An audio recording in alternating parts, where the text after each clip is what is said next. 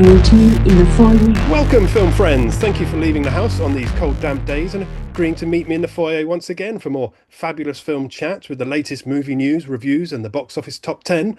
Plus, I'll be taking a butcher's at a classic movie. So, what more could you want? Well, perhaps you'll want to hear some insightful and intelligent film criticism.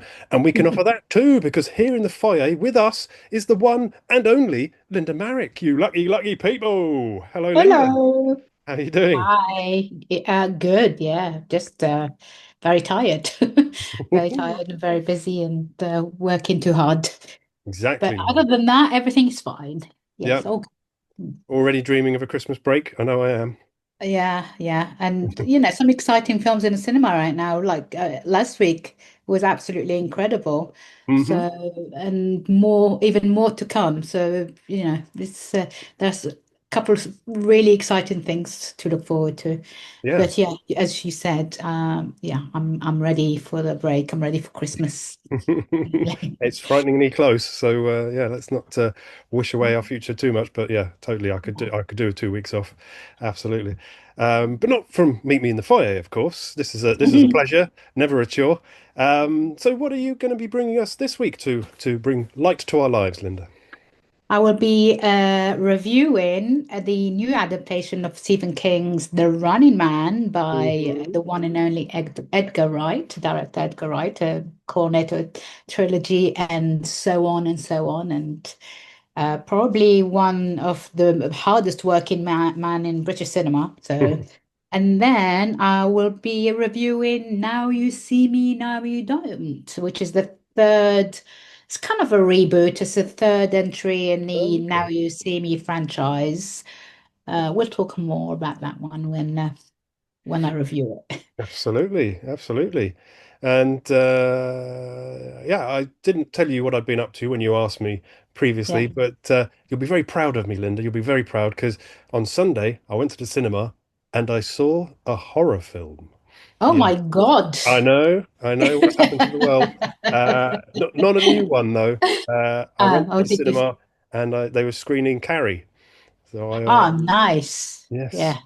So I took a friend along and we had a fine old time watching Carrie, and yeah, I really liked it. Let's be honest. Brian De Palma's a genius, and it's excellent. So yeah.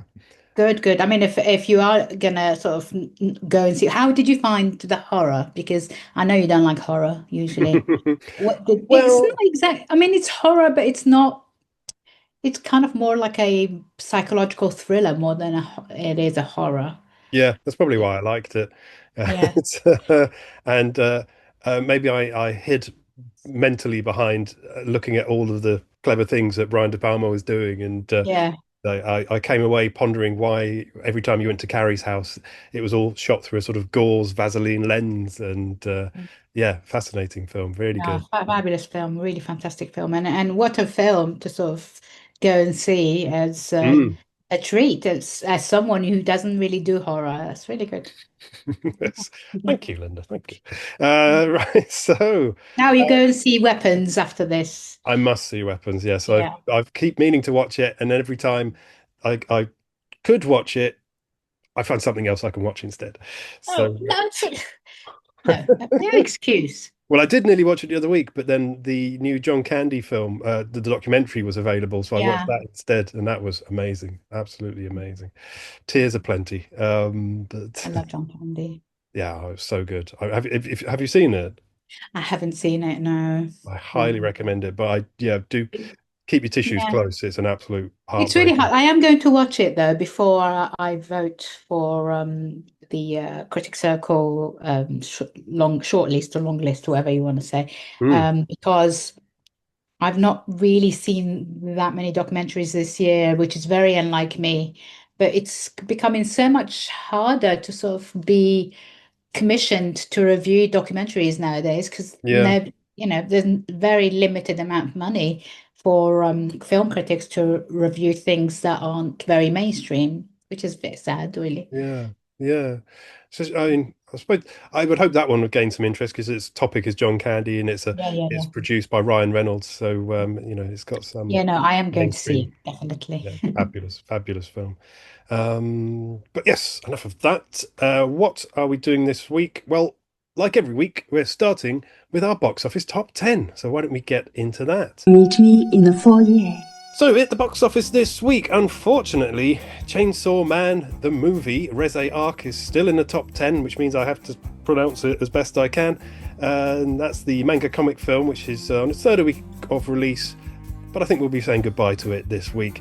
And there'll be something else replacing it. We've got a new entry at number 9, though. It's Christmas season already as Paw Patrol, the Christmas movie. This sits at number 1 in its first week on release. One for the kids. At 8, I Swear still remains in the top 10. And you can go and hear Linda's review by subscribing to our Patreon. And that's well worth a listen. At 7, Gabby's Dollhouse is still in the top 10 as well. Still raking in the millions. And... still for kids, so we'll shuffle on past that one. Just to jump on the Patreon thing, that you don't have to pay to go and listen right now, but we are going to put more sort of paywalled content very soon. But if you've missed any reviews on YouTube or on the radio, please do go and listen on our Patreon page. It's really easy to find. Just to search our names and search the show's name. Absolutely, and it's well worth it because you'll find all of Linda's reviews stocked up there. I think it must be well over 50 reviews there now, and you'll find mine as well. But anyway. And at number 6 in the box office top 10, Springsteen, Deliver Me From Nowhere, the biopic that's made 3.6 million so far on release, which is pretty good. Another new entry at number 5, though, Die My Love, the Jennifer Lawrence film. That is right, isn't it? Yeah, Jennifer Lawrence and Robert Pattinson, which has made £396,000. I chopped it out of the show last week because I got it completely wrong, either I did on my research. But the next film, Begonia, which I claimed last week had made £98,000, had actually made £980,000, and now, which makes more sense, and remains at number 4 this week, having now made £2 million. Oh, good.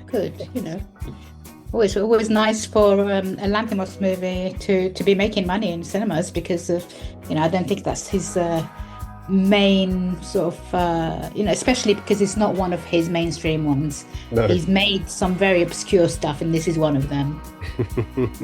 And you can hear Linda review that as well if you head to that Patreon link.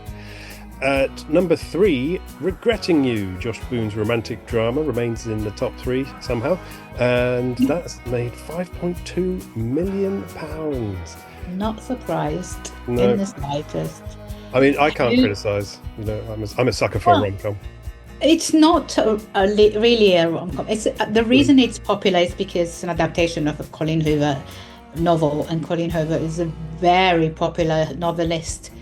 Her writing is absolutely atrocious, awful, but she has a huge following with young women, or actually quite young, barely sort of adult women, really like her books. And so that was always going to make a ton of money, always. It's a terrible movie, by the way, so don't waste your money, go to something else.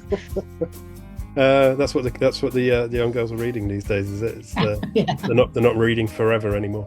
And number 2, another new entry. It's the week for them. It's the Choral, which really intrigues me. The new I wasn't a huge fan of it. I kind of I admired what it was about and everything. I just think it's not quite. I just thought it was very clunky. Okay. It's Alan Bennett. The screen. I mean, it's the screenplay is written by him as well. So, and I think Bennett is hit and miss, and I think there is such a thing as too much Alan Bennett, and I just found it all a bit too earnest, if you know what I mean. And sometimes, I just feel sometimes a little bit of sort of honesty and harshness can do a script a world of good. I just found it a little bit wet. Fair enough. Yeah, some interesting comments about the sexual politics in the film as well, I've heard. But yeah, still intrigued. And at number 1, review by Linda on last week's show, it's Predator Badlands.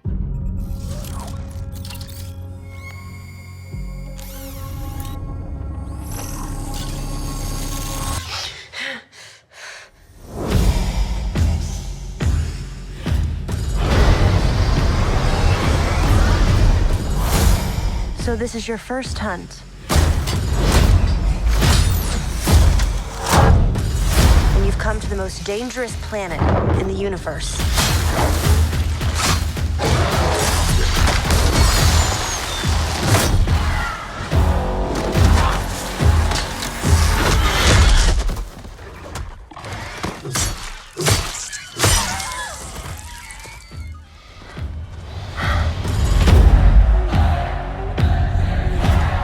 You're after a creature that can't be killed. The definitive apex predator. I could help you.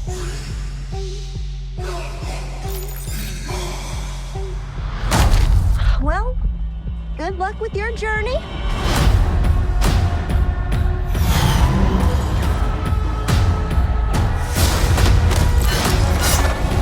Here, you're not the predator.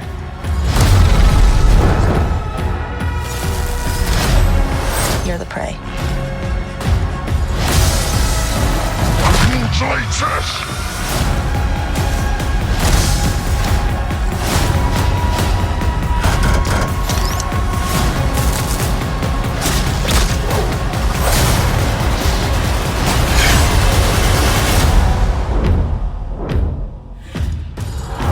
We might not be alone in this hunt.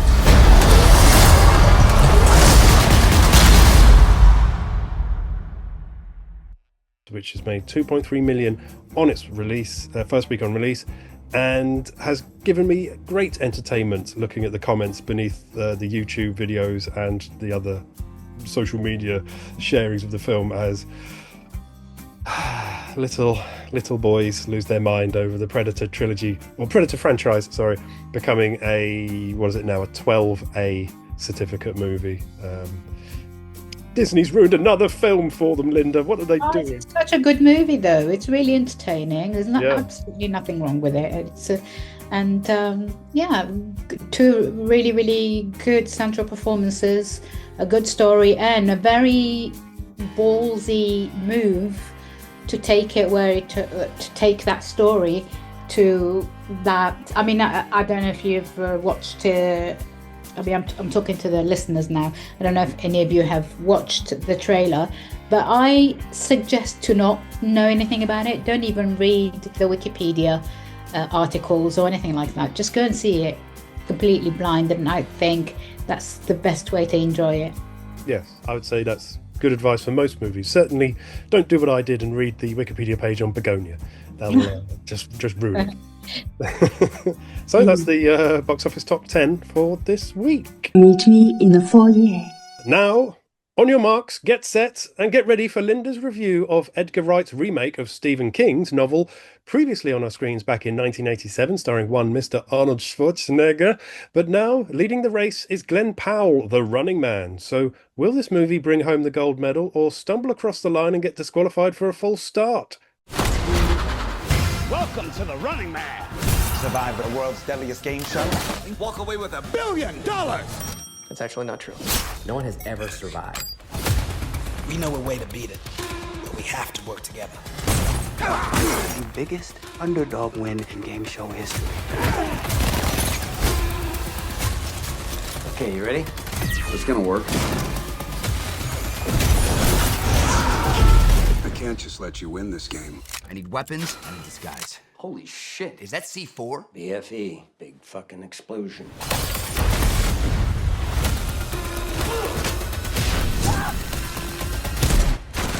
Oh, shit! I'm gonna burn this building down. That's the spirit. The Running Man, only in theaters. Friday. Get tickets now. Linda? Well, the original. Well, I'm loath to say that it's the original because for me, they're both films are adaptations of the same novel. They are completely different from one another. I am a massive fan of Edgar Wright, and I really like his vision and the way he's adapted this felt so much more mature than I think that the original one was uh, bizarrely directed by Paul Michael Glazer, Really? and yeah, and starred Arnold Schwarzenegger, and it felt a bit cartoonish, a bit sort of all over the place. I never really liked that movie. I kind of Yeah. you know me, I'm a huge Stephen King fan, and for me, if I could really, I can smell a bad adaptation, a bad King adaptation for the minute I sit down to watch it. I am happy to report that this isn't that. This is really clever, very attentive and very sort of detailed in what it wants to broach. And for me, this was how King intended it to be. So GlenPowell stars as Ben Richards, the main protagonist of the story. And he's I really love Glenn Powell, and I know some people don't get it. I think I said before he is the rightful heir to action, and if Tom Cruise is Mr. Action right now, and he is, as we say, the last of the dying breed of action movies, or just movie stars. I think Glenn Powell is on his way to becoming that, and he is being supported by Tom Cruise, who famously went to the Yeah. premiere of he went to premiere of Twisters as well, which I was at, and came and sat down with everyone and clapped, and everyone was excited to see him. And he's done the same thing for the Running Man premiere. So the story is takes place in the near future America. The it's a country that's been crushed by economic collapse and a rise of fascism and a rise of autocracy, basically, and just the cities and towns are divided in two. I mean, think about the story, the setting of the Long March. It's pretty much almost in that world that you find yourself. The working classes are being trodden on, and then there is another class that's formed, a class that sees itself that more deserving to everything, and therefore you are not allowed to mix with them. So, in a last-ditch effort to secure financial security for him and his family, he's got a sick baby, and we are obviously living in a world where if you can't afford to pay for a doctor, your child dies, and there's no insurance, there is no universal healthcare, there's nothing. It's pretty much America now, really. Um, and so in the last ditch effort, so he makes it the whole system in this futuristic new America is that everyone is glued to their televisions 24 hours a day watching these game shows. These game shows where people play for money, but if they lose, they don't just lose. They lose their lives. They're killed in action, basically. But if they win, they're given billions. So he finds it. He goes to the national broadcasting building that is broadcast these game shows all day, and the most dangerous game show is the Running Man, where if he manages to survive without being found by hunters and chasers, or whatever they're called, he is paid $1 billion, and his life is perfect forever. If he loses, he dies. However, his family gets a little bit of money. So for him, it's a win-win situation. He's doing it because if he wins, then he's fine. If he loses, they get sorted with a bit of money, and that's it. And then so yeah, so that's the premise really. I'm not going to go on too much about what goes on. So I really loved this, I have to say. There is it also stars Jamie Lawson as Ben's wife, Sheila, and we have Corman Domingo as the game show host.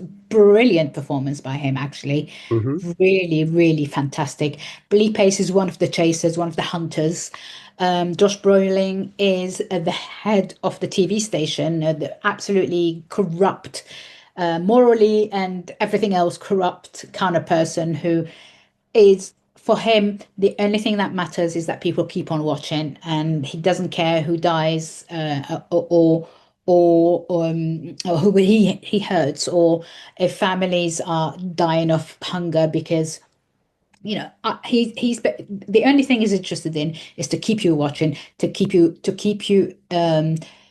involved in other people's lives rather than in your life. So there's also a fabulous performance by WilliamHMacy as Molly Jernigan. He's a man who assists Ben when he's one of his friends, and he assists him when he's on the run.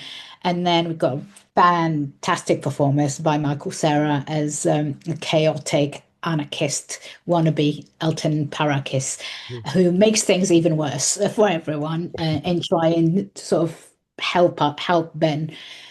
I think the fact that Wright is a fan of King and his novels, he understands the world in which this story lives. He understands what King was trying to say. Film does not simply ask what society would do to entertain itself. It asks that what it is already doing to entertain itself. So the deep fake footage is weaponized to control political narrative. AI-driven surveillance tracks. He's being tracked by AI-driven surveillance, and it is basically you could read it as a critique of AI or a critique of the commodification of spectacle. Spectacle is more like TV isn't what it used to be now when King wrote this, but nowadays what we have is we've got TikTok where people are on their phones 24 hours a day. There are people going live and getting paid to be live and having their lives destroyed as a result. Nobody can getting that amount of fame through doing absolutely nothing is can really play with someone's mind. So yeah, I think there are loads of things in this that feel very, very current, and actually more current than the 1987 movie, and that's probably why I really like it. And I just felt really in tune with it. I thought the action set pieces were really good. I thought GlenPowell's absolutely fantastic, really, really, really good. And I genuinely, if it had been anyone else but him, I think I wouldn't have liked this as much. Yeah, I genuinely think this is one of Wright's best, most accomplished Hollywood films to date, because we've seen him do mostly British stuff, and we know him and love him for those movies. But for me, this is the movie that's going to make him. He feels like a future Hollywood director for hire, and for me that really works. And he's really well connected. Let's put it this way. He's so yeah. I really liked it, and so find the biggest screen available and go see it. See it on IMAX if you can. So yeah, really fantastic performances. Fabulous. Yes, it's got quite the cast, hasn't it? Hmm. Yeah, who else was it I saw in there?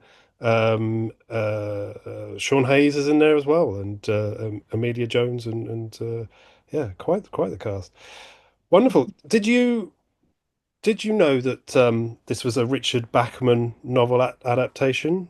When you No, actually, it's the when The pseudonym. It's under the pseudonym. Yeah. No, I didn't. No. Oh, well, more credit to you then, because this is the second Richard Bachman adaptation this year, the other being The Long Walk, the one you Yeah, the Long mentioned Walk. in the review. Well done, Linda. You've done it again. Wonderful. And It's funny because it does live in that same world, It's like yeah. the dystopian. It's almost like a dystopian world, but it's no different from the world we live in right now. I mean, if you showed me what's going on now, I'd say 30 years ago, I would have gone, "Oh, that's really dystopian. That's not believable." So, yeah. Although it's funny, isn't it? There's lots of sort of sci-fi dystopian films from the 80s where people are always just staring at their TVs like sort of vegetables. That was Zombies, quite yeah. a topic in 80s sci-fi. Can I ask a really cynical question? Yeah. Do you think Mr. Tom Cruise was supporting GlenPowell or trying to reflect in some of his success, as his last couple of films have done very well? No, I think he was in his movie. He was in Maverick, and Top Gun Maverick. So he gave him that role because he believes in him. I think he really has taken him under his wing, and I don't think Tom Cruise is like that genuinely. I think Tom Cruise really loves cinema. Yes. He loves spectacle. He loves the fact that people go to cinema to watch movies, and he's been one of the biggest sort of champions of seeing movies at the cinema. And I really like, whatever you think of Tom Cruise and in his personal life, you have to admit that he is a one man, sort of. He's the things that he's done for cinema since COVID have been absolutely amazing, and he deserves a prize for it. Absolutely. Yeah, no, I'm fascinated to see what he does next. Absolutely. And, now that big Mission Impossible franchise is over, I'm really intrigued. And of course, this is the second week in a row that you've reviewed a film with Mr. WilliamHMacy popping up in it after Train Dreams last week. Yeah. What would be your favorite Edgar Wright film, Linda? One, I think Shaun of the Dead, definitely. Okay. Yeah, Shaun of the Dead.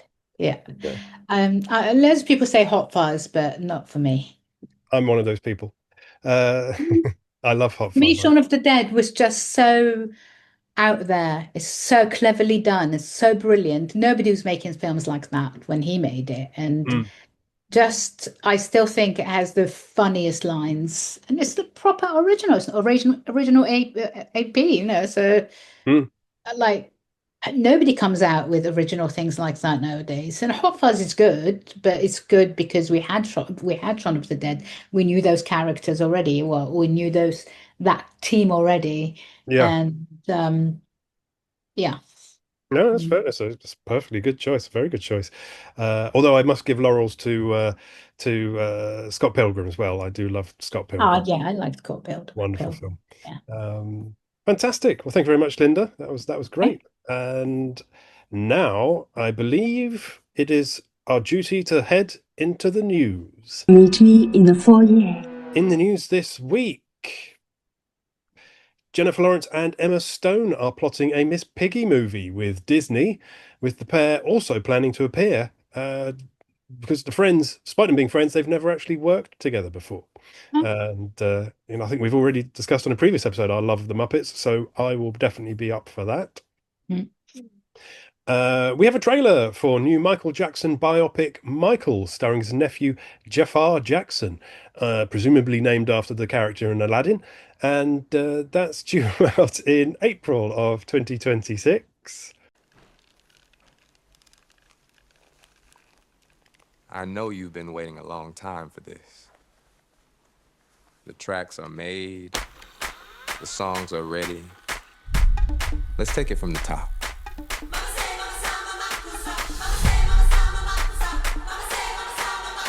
This is your story.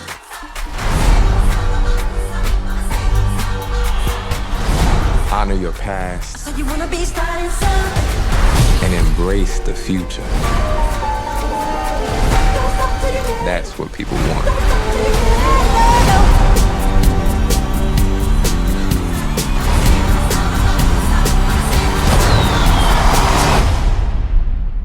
Q, can you lower the lights for me, please? Okay, but remember, in here, keep those feet still, my man.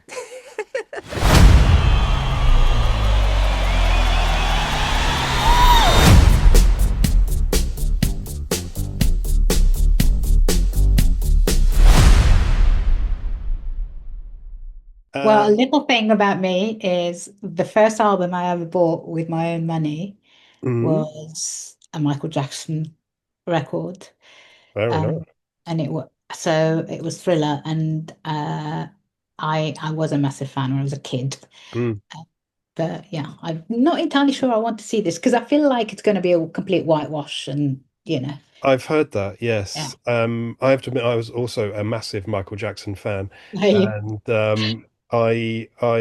I've never watched the concert film from just before he died or when he died. I can't remember what it was called now, but I've never brought myself to watch that. But I did get Sky on the day of his funeral.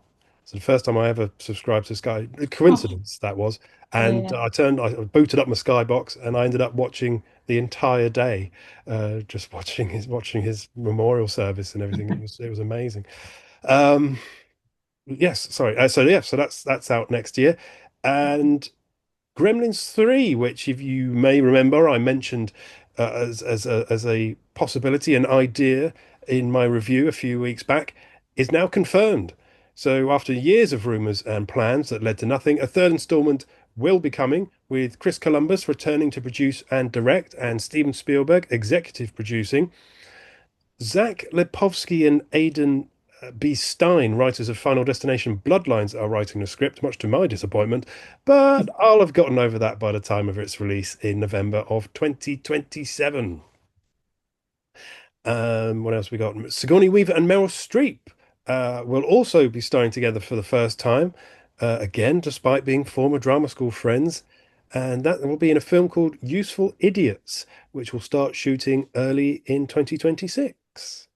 And definitely interested in that. Two amazing actresses. What else do we have? We have a trailer for Testament of Anne Lee, the drama about the Shakers from Mona Fastvold, due in cinemas in February of 2026.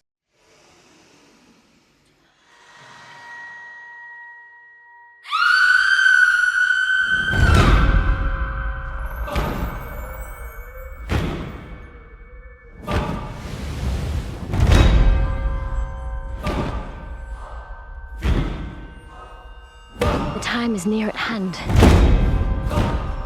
I know it. Do not be frightened.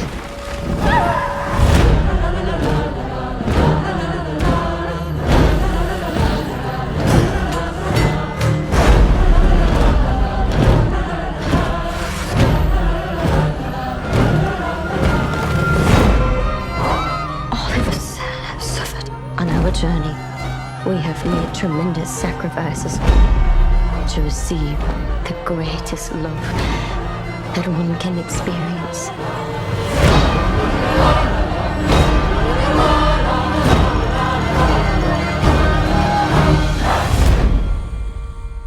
Legend has it, this is what happened to Anne Lee.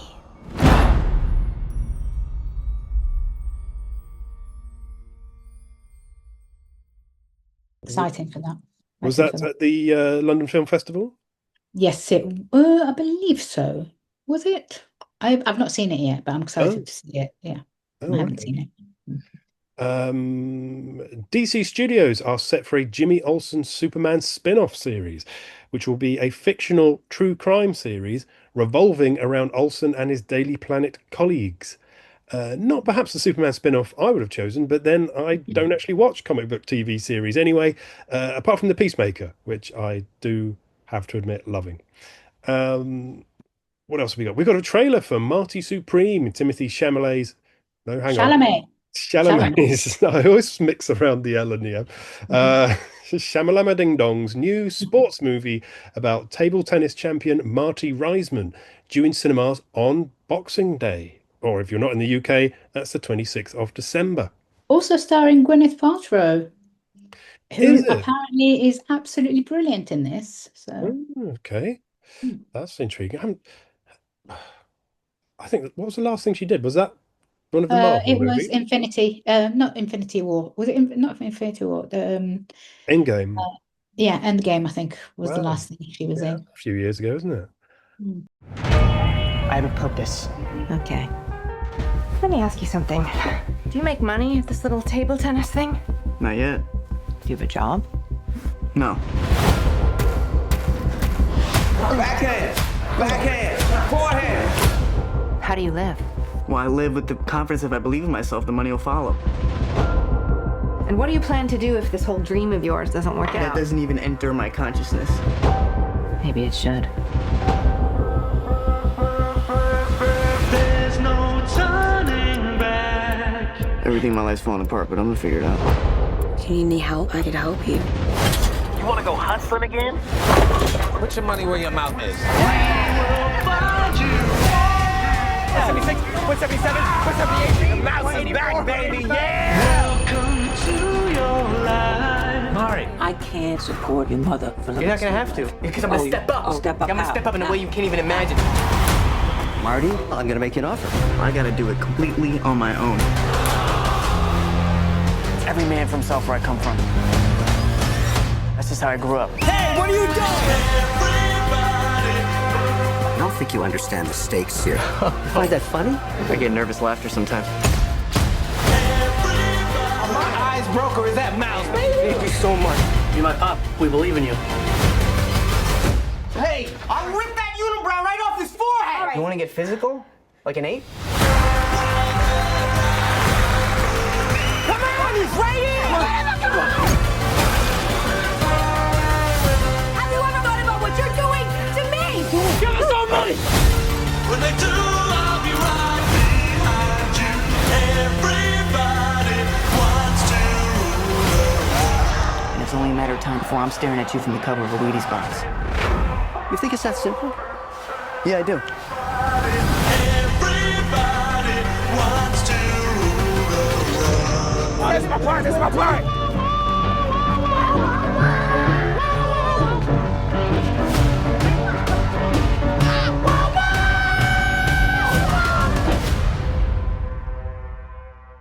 A new Luther movie is coming to Netflix with Ruth Wilson also returning alongside Idris Elba, which is set to start shooting in February of 2026. Ruth Wilson, who is absolutely incredible in this new Apple TV series with Emma Thompson called Down Cemetery Road. Go watch it if you've got Apple TV. It's by the same people who did Slow Horses. Mm-hmm. It's so good. It's like action, it's mystery, it's just so brilliantly done. Go and watch her. And I love Ruth Wilson, always have. Yes, love Ruth Wilson, love Emma Thompson. I was slightly put off by some less than glowing reviews I heard about it, but if you say it's good, it's really good. okay, I'm back in. I'm back in. I loved it. I haven't watched the latest series of Slow Horses yet, though, so I've got to catch up with that first.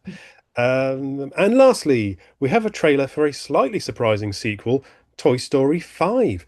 Having seemingly crafted the perfect ending to the franchise twice before, the toy box opens once again in June of 2026.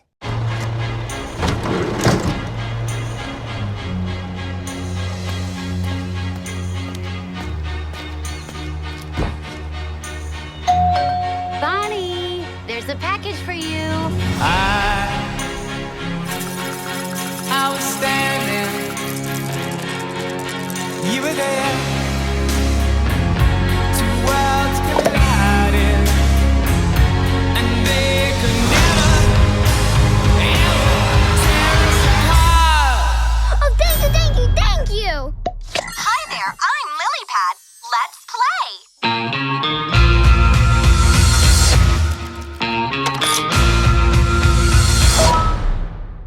Which is rather exciting, I have to say. Let's see. I'm scared. Well, yeah, it's like the stakes get higher each time, isn't it? Each Yeah. time they come back, but they've never let us down before, so I'm sure it'll be fine. I'm sure it'll be brilliant, in fact. Meet me in the foyer. Time for Linda to conjure up a new review for us, and despite there being nothing in her right hand and nothing in her left hand, hey presto, abracadabra, izzy wizzy, let's get busy. Here she is with a review of Louis Leterrier's third installment in the fantastical franchise, Now You See Me. But will you like it? Not a lot? Did you think we abandoned you? Or that we'd run out of magic? Well, think again, ladies and gentlemen. It's been 10 years since the Horseman last appeared. It is very good to be back. Still got it. We have 3 days to prepare a trick bigger and better than anything you have ever seen. It's a 10 million to 1 shot. Those are my kind of odds. Bring down 2 generations of criminals with a single sleight of hand. I mean, I have kind of missed running for my life and jumping off roofs with you guys. It's good to have you back. I'm really looking forward to taking you down. Diamonds are forever. Up is down. Left is right. Whoa. It's nothing. He's basically a computer full of useless information. Magicians are entertainers, not superheroes. Why can't we be both? And slip. Not everyone's susceptible.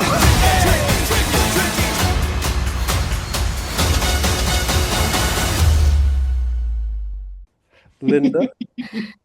Well, I think, I couldn't even remember if I had seen the second movie in this franchise. I know I saw the first one, and I didn't think it was perfect, but I was entertained. I was sufficiently entertained by it, and that's mostly really because of the cast. I love Jesse Eisenberg. I adore him in everything and anything. He has this quality, this likable quality that he can be in any film and make it worth a watch. WoodyHarrelson is the same. IslaFisher, Dave Franco, who has since become a real powerhouse. And, so I don't really remember whether I have seen the second one at all, like genuinely. But that was in 2016, I believe. So almost 10 years later, they've come up with this one. The difference here is that this feels more like a reboot. So it's not even called Now You See Me 3. It's called Now You See Me, Now You Don't. So it's taken up and it feels like that's what it's trying to do. I think it feels like it's kind of a sort of trying to refresh this, and it does have like a pretty huge following, this franchise, even though it's really it's not perfect in any way. It's a bit over the top and silly, and the premise is always a bit out there and lives in this kind of heightened world, but at the same time it does have a huge following. So and then for me, these films have always thrived on spectacle over logic, and this, I feel like it continues in that same tradition of ludicrous setups, So again, as you said, sort of directed by Ruben Fleischer and written by Eric Warren Singer, Seth Graham and Michael Leslie. Not seen what else they've done, but I can tell you, if you've seen one of these movies in the franchise, it's pretty much the same kind of tone, really. The premise is also pretty much the same. It's a group of illusionists, thieves pulling off a globally coordinated heist using sleight of hand, stagecraft, and the level of luck that can only exist in these films. And yet this film's heightened tone is precisely why its silliness is almost forgiven, and actually not just forgiven, it's to be enjoyed and probably laughed at. This time around, the horsemen, who are J. Daniel Atlas, played by Jesse Eisenberg, Merritt McKinney, played by Woody Harrelson, as I said, Jack Wilder by Dave Franco, and Henley Reeves is played by IslaFisher. They are recruited by the usual organization to steal a priceless diamond from from a diamond dealer played by Rosamund Pike. Brilliant, funny, hilarious South African accent by Rosamund Pike. And I have so much respect for Rosamund Pike, because she's able to do comedy as well as serious films, and she always gets it right. I think she is fantastic in here. The difference here as well is that we have a new team of people. So you've got Justice Smith, who we've seen in Dungeons and Dragons. The last thing we've seen with him was he was in Dungeons. He's really actually a very good actor. Dominic Caesar is Finn. So Justice Smith plays Leo. He's a gifted illusionist. Dominic Caesar, who we saw in Holdovers, brilliant actor, plays again a magician, and Ariana Greenblatt plays Rena, a quick thinking pickpocket. In the mix, we also have Morgan Freeman, who just puts in a barely sort of there cameo. And then what becomes clear straight away is that everything you've seen in the original ones, this is not Vegas, they're in Europe, and it's tough. And then at one point they end up in Abu Dhabi and the Grand Prix, and Dominic Caesar is seen driving this race car for absolutely no reason at all whatsoever. It's just like, why are we doing this? And there's also tons and tons of advertising. You see them like picking up drinks and for no reason but to advertise, like a brand advertising, which is fair enough. If it gets the movie made, why not? So there's, as I say, high-speed chases, barely believable disguises, and pretty much the most awful dad jokes. If anything, really, the film feels like a transitional entry, to be honest. Less a continuation of what we've seen before, but it's like a repositioning of the franchise. So the older horsemen appear more like legacy figures now, and you can tell that if there is going to be another movie, and I think this will make money. I don't know if it's going to be I think the Running Man will probably be number one, because tons of people have been really looking forward to it. But I think this will do okay. So they are positioning these new young characters, three actually fabulous actors who have who are very up and coming, and specifically Dominic Caesar, who's also supposed to be playing. He's been cast to play Anthony Bourdain, the brilliant, sadly departed chef, who I just think he's perfect for it. And there are moments in this movie, where you see him and he just looks so cool. He looks like a traditional film star, and that's what I really liked about him. I don't know what he's doing in this movie personally. I wish him and Justice Smith were not in this, but at the same time, as I say, you can't do only Oscar bait movies. So let's just go back to what I was saying. This very much feels like they are kind of setting up for a new franchise, and I think if this does well, I can just see them making another one. It's not brilliant, it's not terrible, it's just meh. It's all over the place, and terrible accents all around. But other than that, I enjoyed it. I didn't think it was boring at all in the slightest. 1 hour and 45 minutes, maybe 1 hour and 50, I can't remember. Go see it if that's your thing. Very good. So as I'm trying to remember if Morgan Freeman was in the last two. Yeah, he was. Yeah, he was he? Oh, okay. Yeah. I was wondering if he'd replaced Michael Caine as the sort of senior man. because Michael Caine's not No, in this one. no, he was in it. He was. I'm pretty sure he's Yeah, been you're in. right. He was. He was No, he definitely. was. I've He got was. his. I'm I've got pretty his sure he. filmography now. Yeah. Yeah, because I did not see the second one. I don't know what even goes on in the second one. Do you know? Do you remember? I do not. I definitely did watch it, but it's so good. I don't remember anything about it. Because I will be honest with you, I found the first one offensively bad. It it I mean, you're already onto a weird setting with magic on film. Yeah. It's CGI magic. It's it.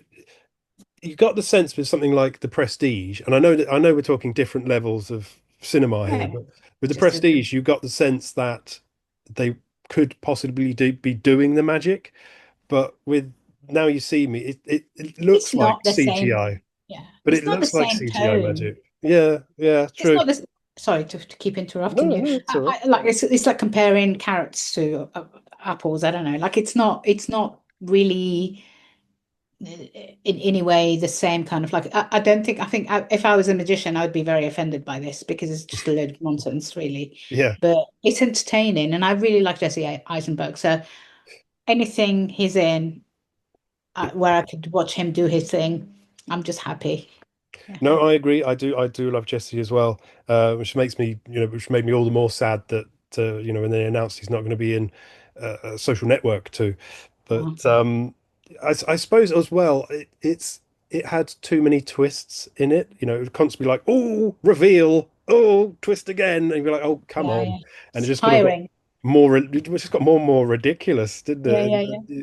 At the end, you were kind of hoping Michael Pena would actually just put them all in jail, but maybe that's just me. Um, the thought that occurred to me when I saw the trailer was, is Rosamund Pike in danger of getting pigeonholed as a sort of psychotic villain? Because she seems to like doing that quite a lot lately. She's very good at it. Brilliant. Yeah, Yeah. she's brilliant. Yeah, I'd like to see her in something serious Yeah. soon. But she is really good. She's fantastic. And like, as I say, she does this kind of South African accent that's almost perfect, but also very silly. We're talking sort of Lethal Yeah. Weapon 2, is it? Yeah. Yeah, the Cougar Inn. Mhm. Yeah, and I mean she's brilliant. I was starting to make my films of the year list earlier this week, and I one of the best films I've watched this year, which is a rewatch, and I can't include it on my list because it's actually from something like 2017, Gone was Girl? no, Oh. it was I Care a Lot. Oh, I like her a lot. I Yeah. think that's a brilliant film, and Yeah, she's very good. so good in that. But yeah, no, brilliant. And funny you mentioned Dungeons and Dragons, I should say, because that was exactly what I thought of when you started to talk about a film that's sort of so ridiculous it could only exist in film. But Dungeons and Dragons actually understood what it was about.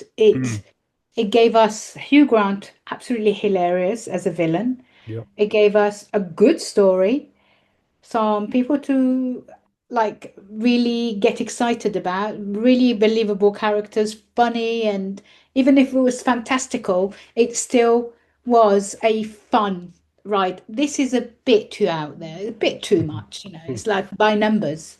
We're Yeah. doing, we're doing this bit and then we're doing this bit and we're doing this bit. It just felt a bit heavy. No, I agree. I think Dungeons and Dragons should have done much better at the box office. It Yeah. really should have.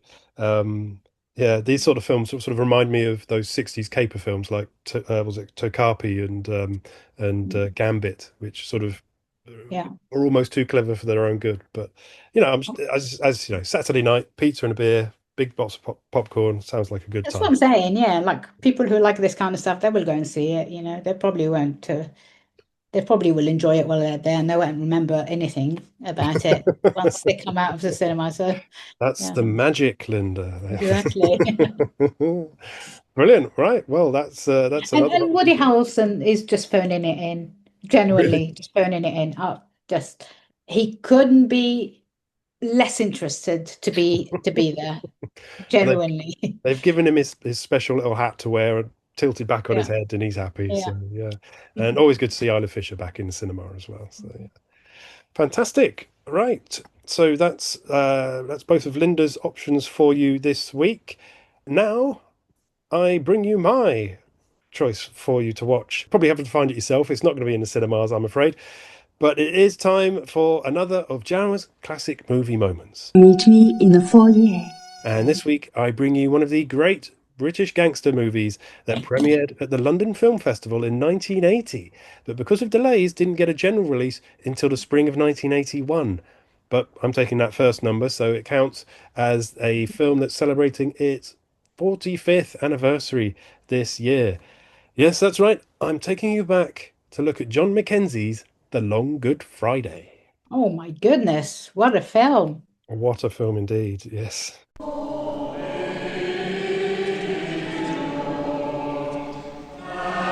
London, Good Friday. Not just any Good Friday, but the long Good Friday. Outside of church? You don't go crucifying people outside of church, not on Good Friday.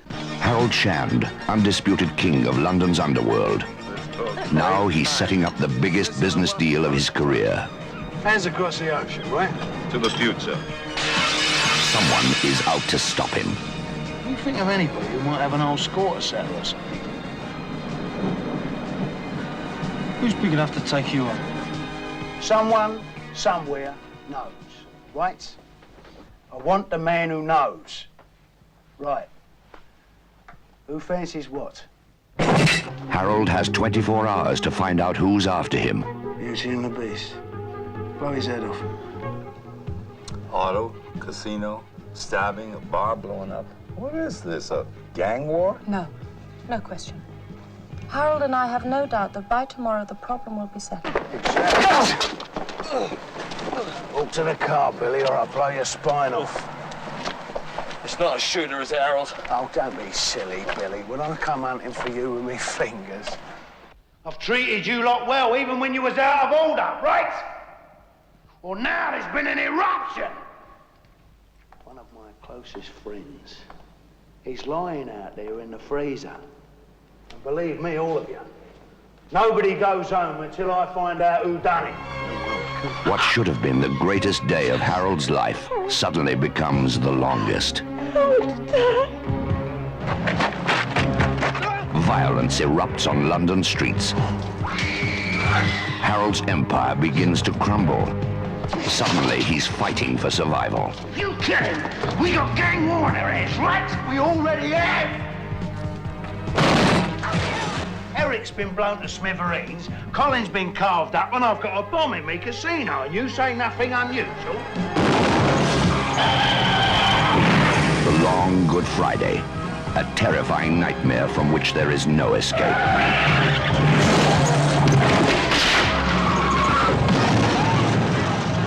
The Long Good Friday. The Long Good Friday is a 1980 British gangster film directed, as I say, by John McKenzie with a screenplay by Barry Keefe.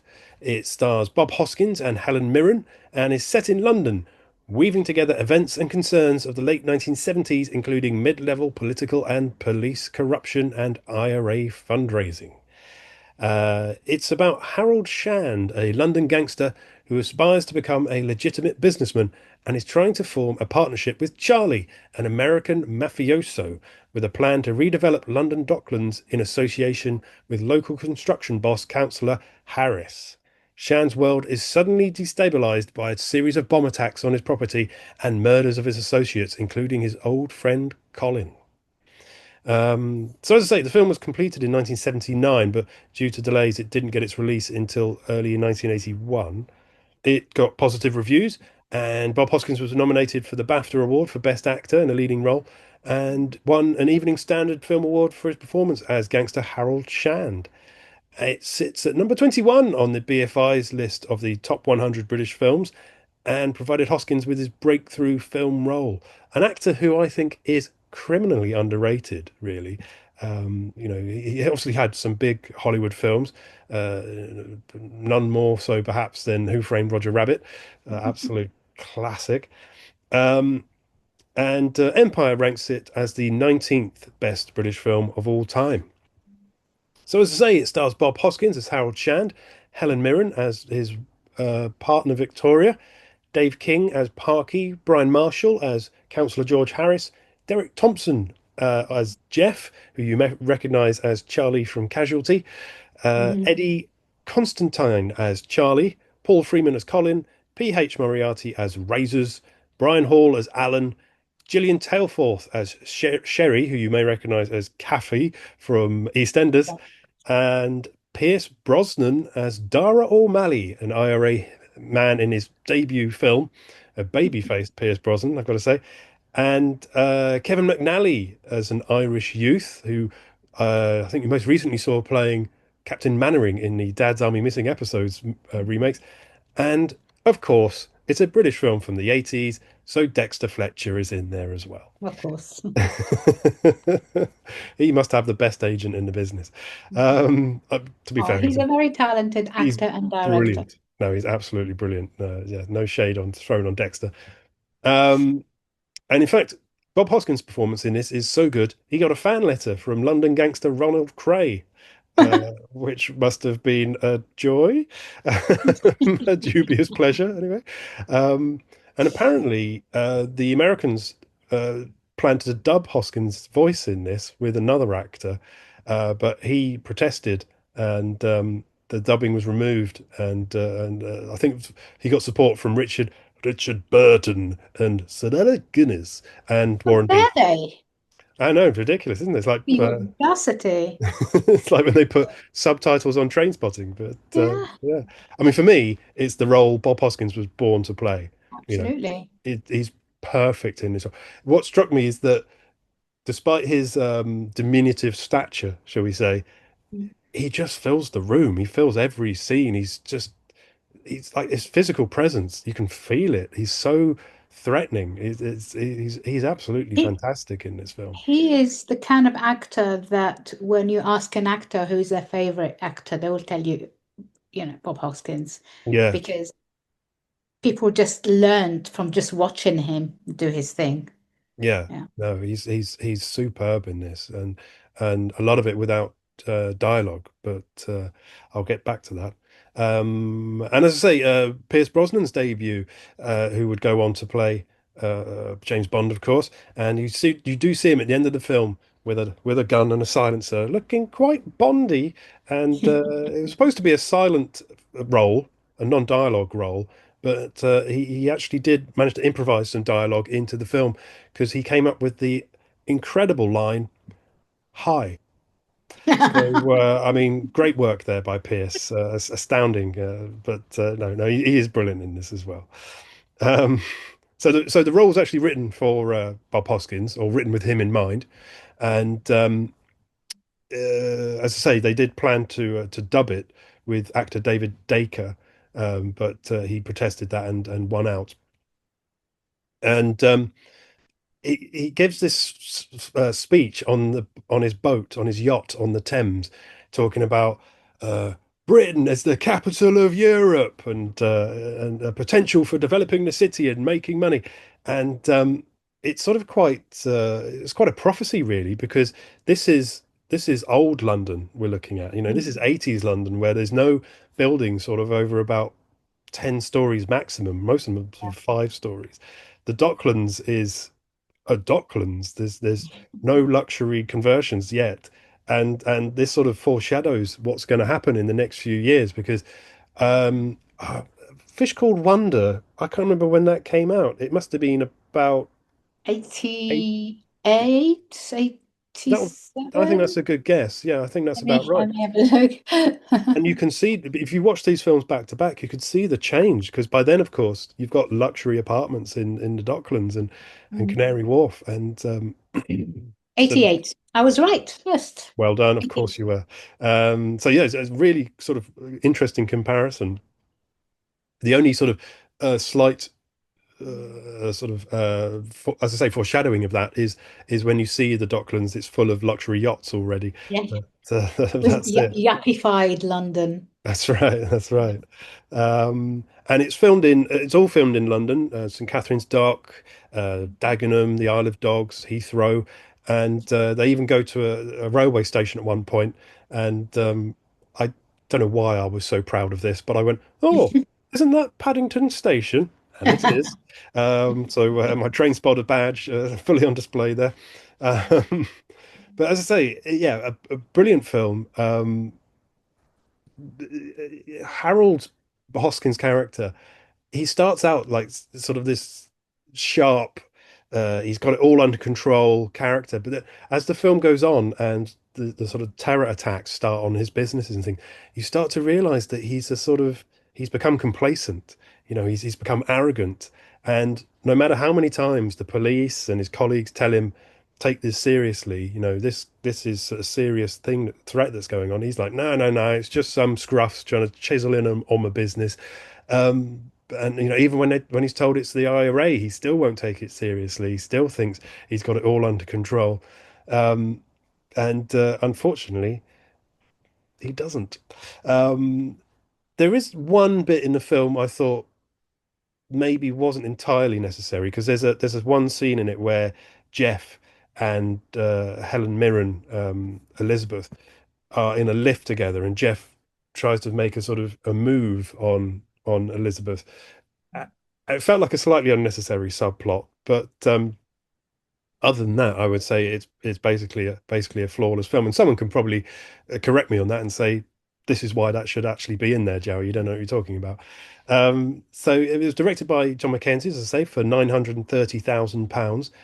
And it's got a soundtrack by Francis Monkman, which it's definitely in my top 10 theme tunes ever. I absolutely love the theme tune to this. And it was originally written under the title The Paddy Factor, but fortunately was changed, because I don't think that would have gone down Thank too God. well. Yeah. If you're wondering why it's called The Long Good Friday, it is of course set over the Easter weekend. And it was originally going to be a TV movie. It was made for ITV.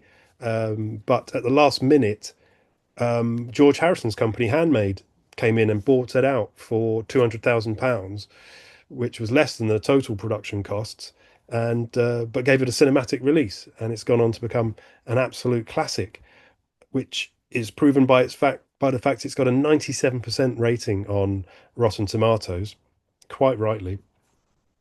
There was talk of a sequel, which never came to be. Keith did write it. It was going to be called Black Easter Monday, set 20 years later, which would have. No, I think I said this last week, that I don't believe, or maybe I just thought it. I don't believe that sequels always, a bad sequel can damage the legacy of an original. No, I remember I didn't say it on the show it was because T2 was on television. Now, I'm not saying that T2 is a bad sequel. I'm talking about Trainspotting, not Terminator 2 here. But it's not up to the standard of Trainspotting. But I don't think it damages the legacy of Trainspotting. But one of the great moments of this film, one of the moments that makes this film so regarded, is the end, is that conclusion where Bob Hoskins does some of the finest acting you'll see on cinema. It's talked about in film circles all the time, where the camera just sits on his face for 2 or 3 minutes, and he doesn't speak, and he expresses the whole film. You can see in his eyes, he's reliving the whole film, the whole journey that brought him to this moment, sat in the back of a car. And it's just one of the best bits of acting you'll ever see. It's incredible. It's been mimicked quite a lot in the last few years. Yes. You see a lot of shots of people sat in cars or sat at a table, just sort of trying to do that moment where you see them sort of going through the emotional states that have led them to this point. But no one's done it better than Hoskins. It's an incredible bit of acting, really brilliant. But the idea was that we would meet Shand 20 years later. The idea is not terrible, that he would have escaped the car with the IRA because the police pulled them over. So not totally awful. He would then retire to Jamaica and then return to London to stop the Yardies taking over the East End. But it was never made. And Keith, the writer, actually said, in some ways, I'm glad we didn't, because sequels are usually diminishing returns. To put it up there with Casablanca, no one wants Casablanca 2. And he's got a point. So I'll say, the film's got culture, genius, a little bit more than a hot dog, you know what I mean? So give it a watch, set yourself up for a long Good Friday or a long Good whatever day you choose to watch it. That's The Long Good Friday, starring Bob Hoskins, simply one of the best British gangster movies of all time. And I just want to chuck in as well, it's a proper gangster movie. Now, I don't want to throw shade too much on Guy Ritchie. But it's a proper gangster film. It's not, it's miles better than Lock, Stock or any of that sort of rubbish. So rubbish is too strong a word. I do retract that. I apologize. I like Lock, Stock because it's of its time, and they are, it's like one is got comedy gangster and the other one is kind of proper gritty gangster. The one I was going to actually pick up something because you said it's been sort of done, that particular scene where he's sat at the back of the car and the pennies dropping and he's like, like he says everything by saying nothing. That has, and Martin Scorsese has said that it's one of his favorite movies. I feel like he has used that same kind of thing, that same kind of device in The Irishman. If you remember the Irishman, when they all sat together and in this room, and his daughter is there, and then there's just the looks between the actor played by De Niro and everyone else. Is that kind of like, don't say anything that's likely to sort of ruin this.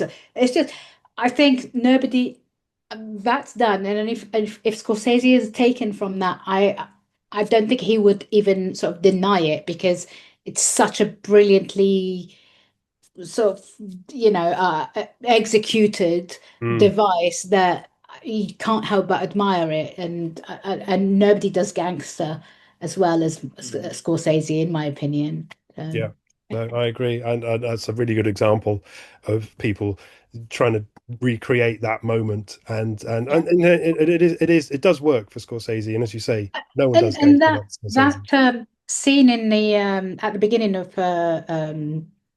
Goodfellas, when they look,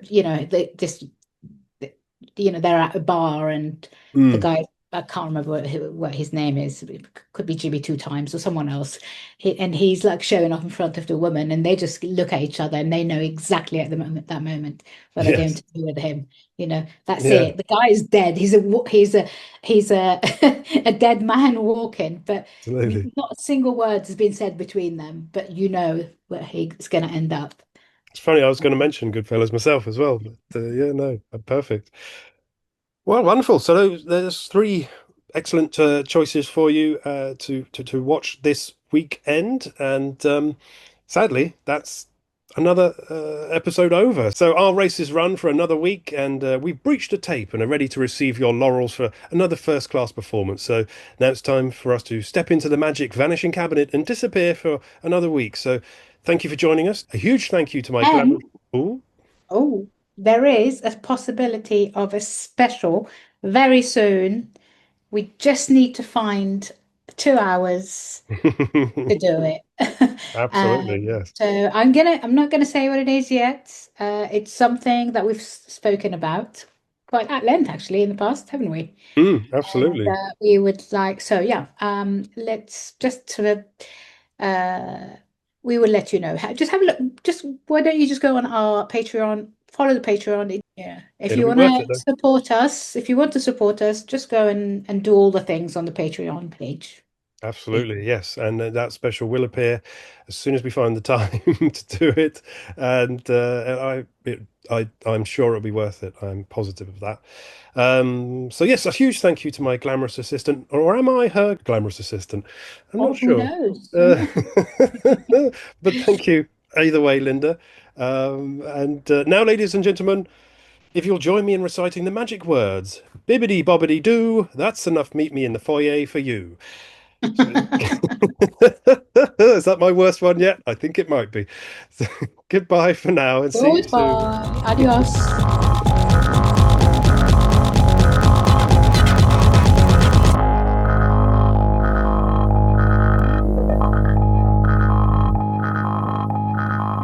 Meet me in the foyer.